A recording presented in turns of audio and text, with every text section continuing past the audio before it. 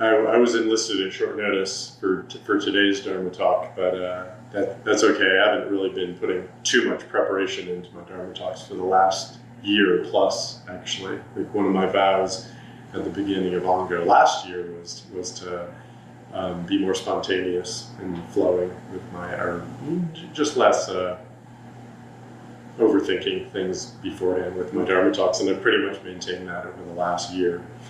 So I'll just move into what I feel inspired to talk about today, which is the imagination. This is a theme I'd like to bring in. The role of the imagination in our practice and in spiritual practice in general. And I feel like this is something that it's underappreciated in spiritual practice, similar to some of the comments I made last week about how we should enjoy our meditation practice. There's a lot of pleasure actually in meditation practice that we don't talk about, I don't think, enough, and maybe we don't appreciate enough. But I think similarly, the imagination is so important in our Zen practice and in all spiritual practice. And so often I think our spiritual practice we can take it to be very dutiful. Spiritual practice is difficult, and we can almost get bogged down in it. Sometimes it can feel kind of heavy. But I want to tap into the very creative and inspirational dimension that actually brings us to spiritual practice in the first place, and to encourage us to maintain that spirit, almost like a childlike spirit of wonder, as one proceeds in our own spiritual path. So we're coming up to the beginning of our Ango period. Right? We have our Ango entering session beginning on Friday evening. We'll have our virtual session on Friday evening, and then we'll have a whole day out at Willow Farm in Haiching, and then a half day on Sunday. And this is, for those of you who are newer, a traditional 90-day intensification practice period that most American Zen lineages do this once or twice a year, has these 90-day intensive periods. So ours starts on Friday night. We'll have an Ango entering ceremony on Saturday morning, and then we'll go into the beginning of December, where we'll have a concluding retreat with a ceremony, some specific ceremonies in December. So I want to encourage everyone. I know some of you signed up for this weekend's retreat, and I want to encourage everybody to jump into the retreat this weekend. If you can't do the whole thing, you can do part of it. And if you only want to do the Ango entering ceremony, which is on Saturday morning, you're able to do that. You can come out to Willow Farm on that, or you can do any or all of the events virtually online. So even if you're newer to practice, I don't want you to feel daunted by this Ango dwelling period. In fact, it's the perfect time to really just enter into, a real supportive practice environment for the next 3 months, and just take it at your own pace. I just remembered what I was calling Ango last year. I called it the walled garden of our practice. So I want you to think of it that way. I use my imagination to come up with that, so it's akin to the theme here. It's like a walled garden, a protected space for you to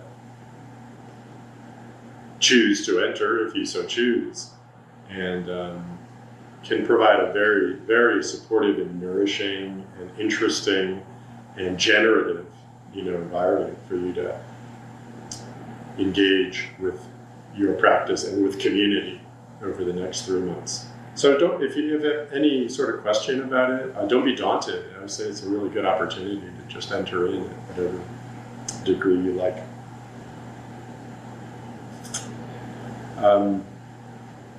Related to that, I wanted to put out that we do have as part of the weekend retreat we have coming up, we'll do a Fusatsu ceremony, which is our renewal of the vows ceremony. And everybody is invited to that, whether you've taken the Buddhist vows or not. We'll say a little bit about imagination and our vows, later on in the talk.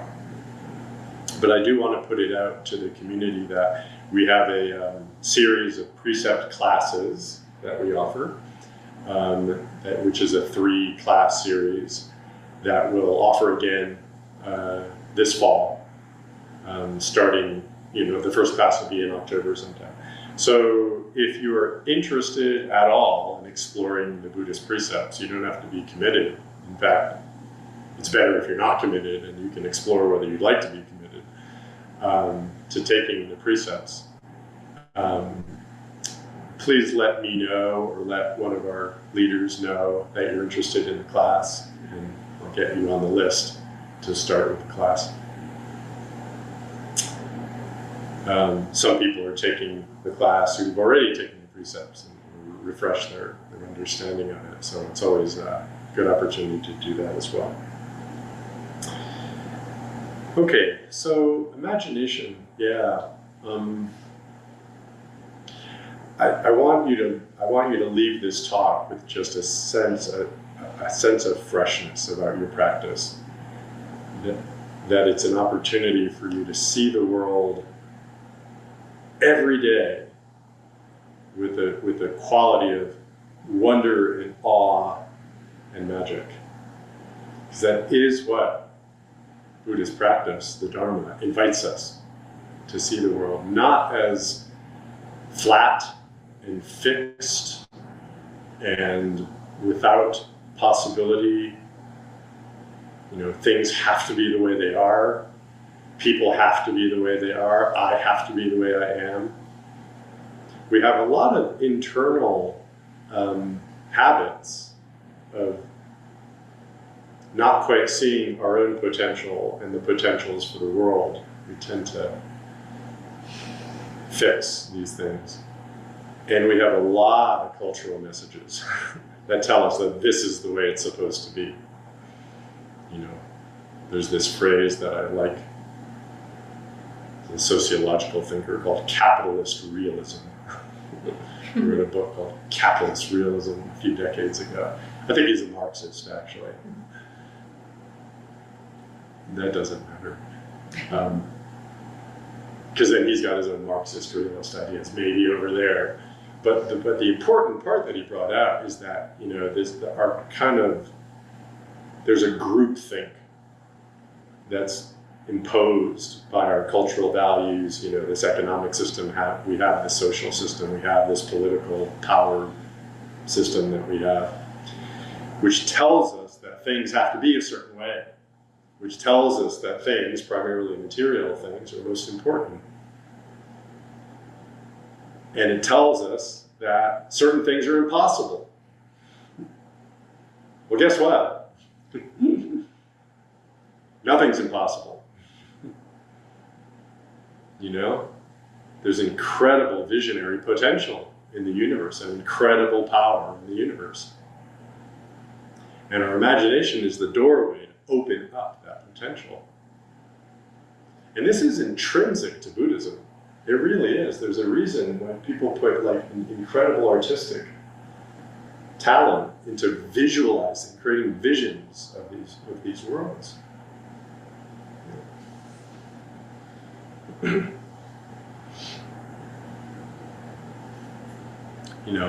Some of us were stimulated in our early spiritual pursuit to enter into practice by, taking psychedelics, which opened a doorway, speaking for myself, but I'm speaking for others too, into seeing that the world does have this incredible potential and is much more alive, it's much more fluid.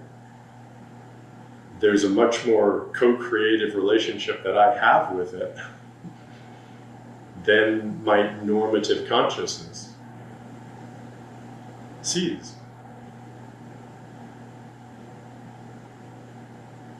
And that's actually the nature of reality, is that. it isn't this fixed reality that our normative consciousness sees. So this imagination, I want to encourage us all to actually cultivate it as an essential quality of our own lives. What fun, right? To wake up and actually to invite in, your own vision of how things might be. So I want to appreciate some dimensions of this in this talk. Specifically with respect to Ango entering into this period.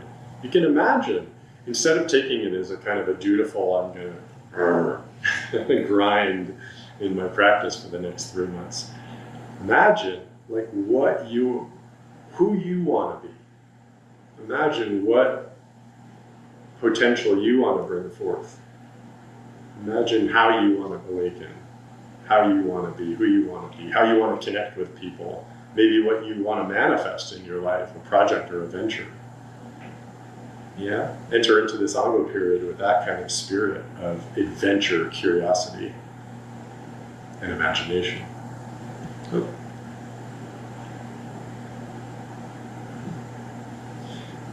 There's a song, I think Frank Sinatra did the most famous version. Imagination is funny, it makes a cloudy day sunny. Right? We all know that lyric. So, is that mindset, is that just denial? Or is it actually somehow co-creative of reality? Does it actually make it sunny? Well, Master Unmon said, every day is a good day. Yeah. You can look at a day that's rainy, that's full of, perhaps even pain, disappointment, discouragement, bad mood, or worse. Is Master Unmon in denial when he says every day is a good day? I don't think so. No. I think he's saying that we can see it as a good day and make it a good day with our imaginative engagement with the world, with what is and what could be.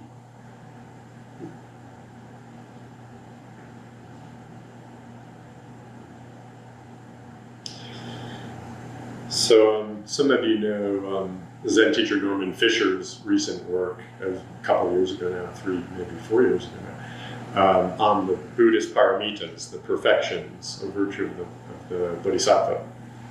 And the book is called The World Could Be Otherwise, Imagination and the Bodhisattva Path. I have a few things that I want to quote from Norman Fischer here, because I think they really are, really get right to the heart of it. I can't see that. So he says, religious texts, folk tales, myths, rhymes, poems, plays, novels, anecdotes, music, ritual, picture, dreams. All imaginative productions rise up from the unconscious to expand the soul, to help us feel who we really are and what the world really is. They help us move beyond the habitual one-dimensional perspective of our outer perceptions and fearful emotions. Imagination isn't an escape from reality. Imagination deepens and enriches reality, adding texture, depth, dimension, feeling, and possibility. The truth is, all that is creative and ennobling in us ultimately sources in the imagination. Without imagination, reality is too flat, too matter-of-fact, lacking in color and fervor. To go beyond the possible to the impossible, we need to imagine it. I take so much encouragement from this, because how often do you feel the kind of flatness of the world and the matter-of-factness of the world? How much are we oftentimes just kind of hooked in to that matter-of-factness. I find myself going there, when I've got that busy task list for the day, all of these matters of fact, the things that I have to get done, the matter-of-fact mind. And just to be reminded that that's such a limited and a self-limiting, perspective to have. The deeper, truer, actual faculty to bring. The deeper nature of reality is one that is constantly changing and emerging from the mystery. And it's my imagination that has more contact with that than my analytical, conceptual, matter-of-fact mind.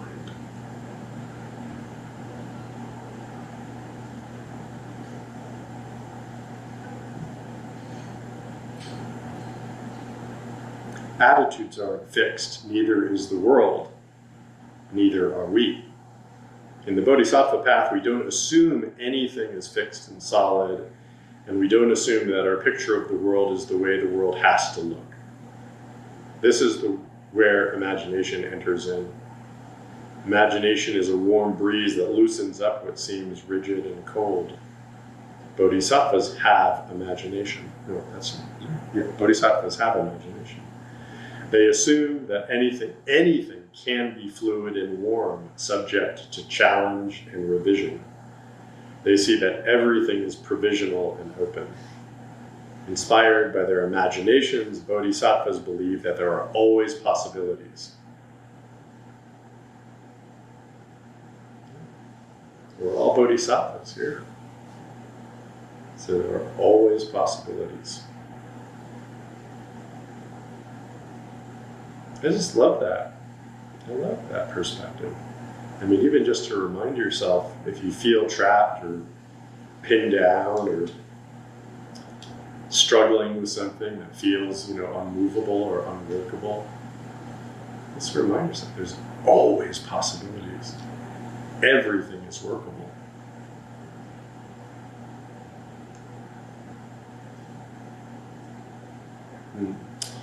Yeah, it gets really deep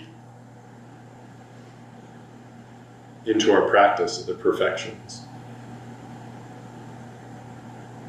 The 6 perfections of the Bodhisattva path aren't obvious, ordinary practices. As perfections, they go beyond usual practices. They are imaginative practices that leap beyond the seemingly solid material world. Okay, so we're talking about things: generosity, patience, joyful effort, understanding, meditation. Am I missing one? Ethical conduct. Okay, sila, ethical conduct. There's a way of looking at these which is very, you could say, matter of fact, right? And you could say, like, a matter of fact way of looking at generosity is, I am giving you something. So there's a giver, there's a gift, and there's a receiver of the gift. And that matter-of-fact dimension is true. But there's a deeper level at which these perfections are operating, and we need our imagination for that. So the perfection of generosity is generosity that leaps beyond generosity and becomes something else.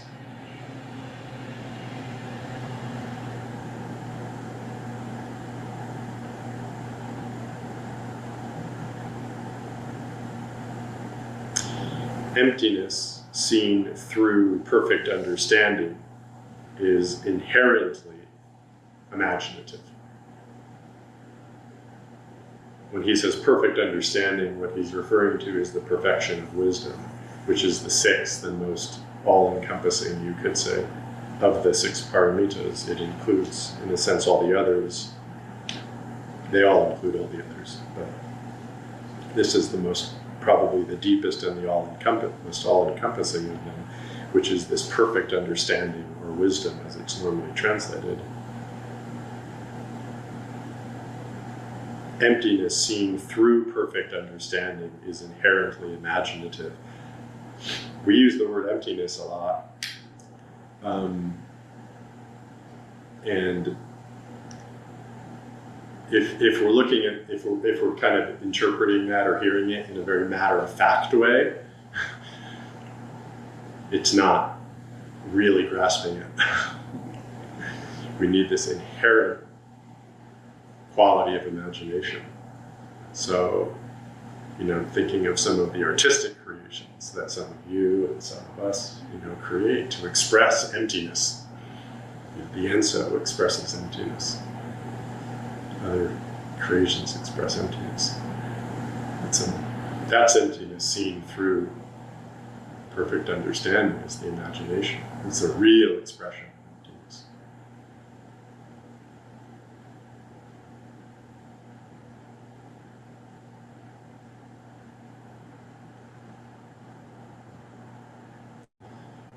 I want everybody to really recognize that this is inherent to you, to all of us. Okay, this isn't just like creative per people. If you consider yourself to be creative, or only operating when I'm being creative. I don't want to compartmentalize this into a part of your life or even or a certain person who has this. It's really fundamental to your deepest spiritual nature is your imagination. William Blake, as often is the case, has really profound things to say about the imagination. About the imagination. For him, it was the core faculty of being human. The deepest spiritual quality of being human was the imagination. In fact, he said, I've got a few quotes from him, the imagination is not a state. It is the human existence itself.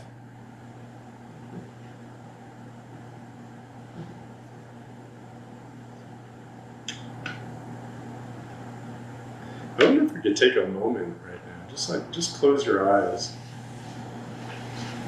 and just try to tune into the basic power of imagination that is informing your experience.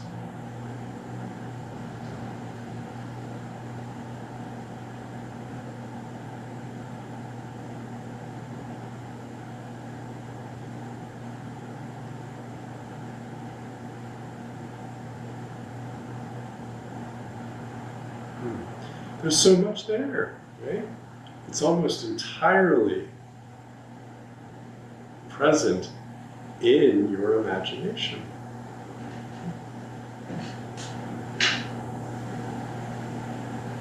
You could say almost it's intrinsic to your consciousness.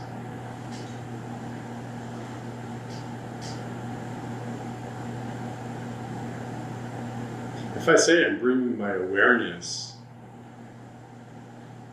to the violence in the Middle East, I'm imagining what's going on there. There's images that come into my consciousness, my awareness.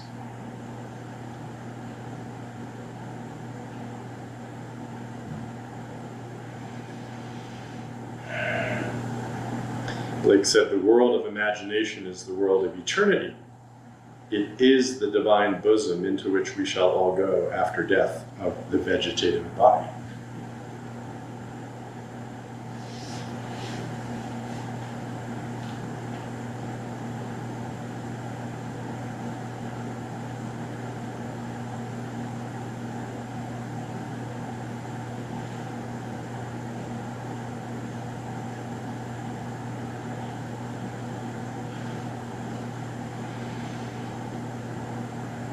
Fischer says the imagination is powerful. It creates its own self-validating truth, strong enough to affect inner and outer transformation.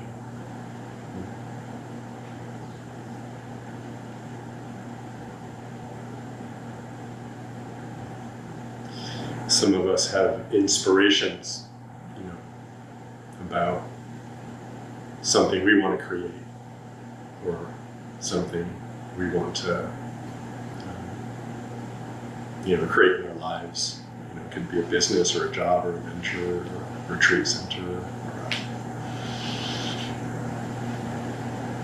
a relationship. Where does that start? The inspiration comes from somewhere, from the great mystery. And then it's the imaginative faculty that contacts it, that receives it, that actually receives that inspiration. And then a vision is created from that inspiration. That's the imaginative faculty itself. So that's the outer transformation, you could say. That's midwifed, by this imagination. It's not midwifed, it's incepted by the imagination. And this can be the case with inner transformation as well. So that's why our study of the Dharma, listening to Dharma talks, reading the Dharma, we're being inspired with teachings and descriptions of how you can be, right? How you can experience the world, how you can be in relation, how you can meet the world, how you can respond to the world. When you first learn about the Dharma, and, you read accounts from teachers and people who've had big experiences, and they share with you how they're experiencing the world. It can seem exotic. It can seem, perhaps enticing, usually enticing. But it's just a description. So now you can imagine yourself having that experience. In fact, that's kind of naturally what you are doing. So I'm going to say, go for it. Do that. Actually imagine it yourself.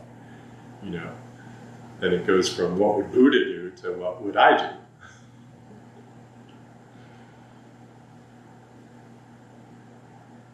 Right? So the inner transformation is facilitated by the imagination. There's a little bit of, I guess the debased version of this is fake it till you make it. But if you really, I'm not going to say fake it, I'm going to say be it. Be it till you are it.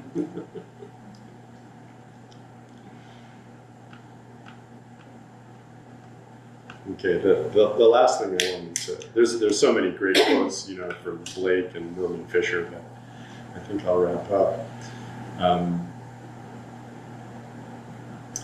Compassion. Just wanted to talk about the essential kind of role of imagination, in allowing us to fulfill our aspirations to be compassionate and to foster compassion, and meet people with compassion. We absolutely need our imagination in order to bridge that gap between their experience and our experience. Right?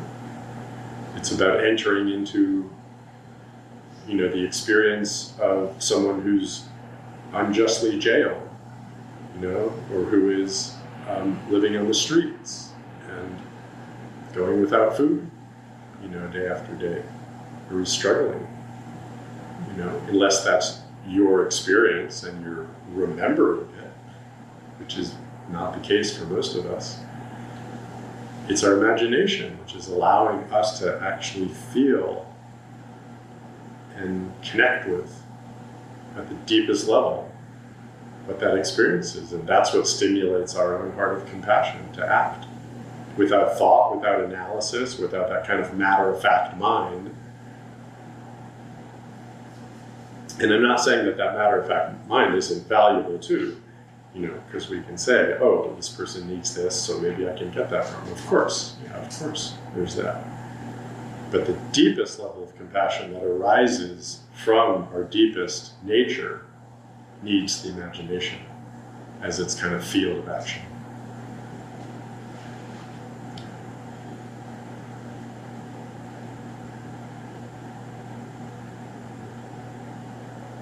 Yeah, so I'll wrap up. The main thing I want to leave you with is just hopefully an inspiration to really lean in to your imagination every day, every moment of your life. Allow this to really inform your spiritual practice. And I hope that makes it richer and more colorful, with more of a sense of potential. You know, I don't really have your practice be dutiful or a project at all. I mean, come on, we might die tomorrow. Appreciate this life, this moment, with a sense of possibility and a sense of potential. That's what the spiritual life offers, the potential to be more connected, and to be more impactful in the world, to bring your gift, your spirit to the world. Okay. I look forward to practicing with everybody, through Ango, and let's meet each other with our own imaginations and share our own imaginative visions for what this life can be.